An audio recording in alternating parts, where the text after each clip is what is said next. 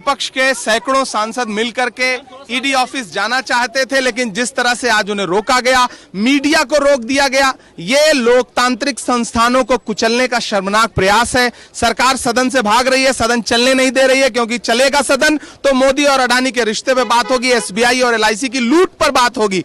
इसलिए सदन नहीं चलने देंगे, सड़क पे उतरने पे सड़क पे आगे नहीं बढ़ने देंगे। ये लोकतंत्र को बुरी तरह से तानाशाही के जरिए कुचला जा रहा है।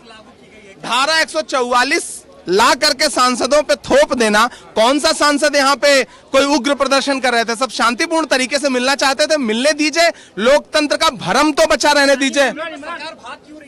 क्योंकि एलआईसी और एसबीआई का जो पैसा दिया गया है अडानी को, उसका जवाब सरकार के पास नहीं है कि क्यों डूबने वाली कंपनी में पैसा गरीब जनता का लगवाया गया। कांग्रेस पार्टी और विभिन्न विरोधी दलों को आज ईडी दफ्तर से जाने से रोका जा रहा है।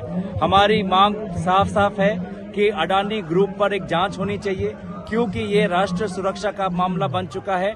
अडानी जिन जिन क्षेत्रों में उन्होंने निवेश किया है, जिन जिन क्षेत्रों में उन्होंने सरकारी कॉन्ट्रैक्ट मिला है, वहां पे हमने देखा है कि अडानी ग्रुप के साथ चीन से के लोग कुछ जुड़े हुए हैं, विदेशी कुछ ताकतें जुड़े हुए हैं। तो राष्ट्र सुरक्षा के हित में आज जेपीसी की मांग होनी चाहिए। और अगर भाजपा से अगर किसी चीज से डरते नहीं तो जेपीसी से भी उनको कोई आशंका नहीं होनी चाहिए। लेकिन दाल में कुछ काला है और इसीलिए आज विरोधी दलों को ईडी दफ्तर से जाने से रोका जा रहा है। लेकिन हमारी संघर्ष जारी रहेगी। पार्टी के जो नुमाइंदा पार्लियामेंट मेंबर, राज्यसभा, लोकसभा सब इकट्ठे होकर ईडी ऑफिस जाना चाहते थे। ईडी को कहना चाहते हैं कि अडानी का जो भ्रष्टाचार है, जो पूरा अंतर्राष्ट्रीय पद्धति पर देश की सभी धूमिल हो रही है, उसके ऊपर ईडी जांच करे, ज्वाइंट पार्लियामेंट कमेटी बने।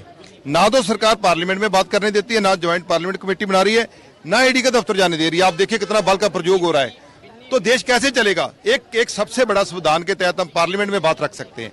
पार्लियामेंट में सरकार को जवाब देना होता है। सरकार दोनों तरफ से भाग रही है और जितनी इसकी एजेंसियां हैं वो सरकार का तोता बनी हुई है। वो ऑपोजिशन की कोई बात हो ना हो, उसके घर तो चली जाती, सब जगह पहुंच जाती हैं। लेकिन जहां उसको काम करना चाहिए, अडानी के ऊपर, भ्रष्टाचार के ऊपर काम करना चाहिए, लेकिन एक भी काम वो नहीं कर रही। इवन के लोगों की आवाज को दबाया जा रहा है। हमें रोकेंगे तो लोगों और को भी डराएंगे ना, और कोई आवाज ना उठाए। लेकिन आवाज उठती है।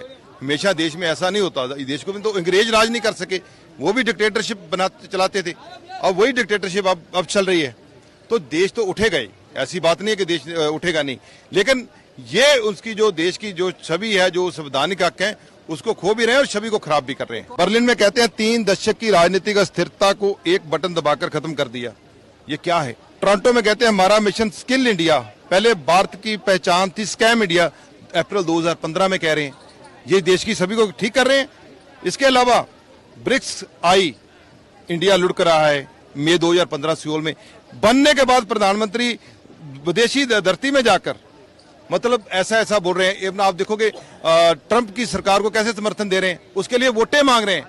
भाई आप प्रधानमंत्री, हमारे तो कूटनीतिक रिश्ते होते हैं, prime minister to prime minister, किसी इंडिविजुअल पार्टी के साथ नहीं होते। आप तो सब कुछ करते हैं। आप लोग गवाह, आप सबके सामने 200 एमपी हम चल रहे थे, रोक दिया गया। तो नेता विरोधी दल ने ये तक कह दिया कि इसके बाद हमको 2 आदमी को ले जाओ, 3 आदमी को ले जाओ। तो थोड़ी देर बाद कहते साहब ईडी आपसे नहीं मिलना चाहती। अब नेता विरोधी दल और विरोधी दल के नेताओं को ईडी नहीं मिलना चाहती। इतना अडानी का डर क्यों? जांच हो जाएगी ना, पर्दा खुल जाएगा तो बीजेपी का चेहरा। सांसदों को, 18 दलों के सांसदों को आज मार्च करने पे मजबूर होना पड़ा।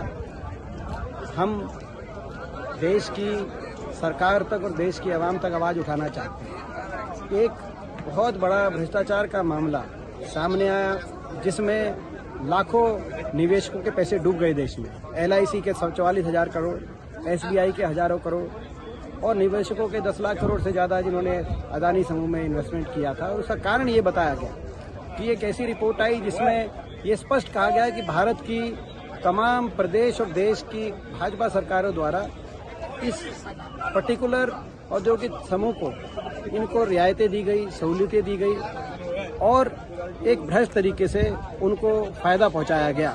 इसको लेकर संपूर्ण विपक्ष ये मांग कर रहा है कि इसकी जांच हो ताकि तह तक पहुंचा जा सके। इसमें क्या हम गलत हैं? लेकिन ध्यान डाइवर्ट करने के लिए जो हमारी मांग है, देश में पनपते भ्रष्टाचार के संबंधित हमारी मांग है, उससे ध्यान डाइवर्ट करने के लिए राहुल जी की स्पीच को मुद्दा बनाया गया, जबकि कोई उस स्पीच में इस प्रकार की कोई बात थी नहीं।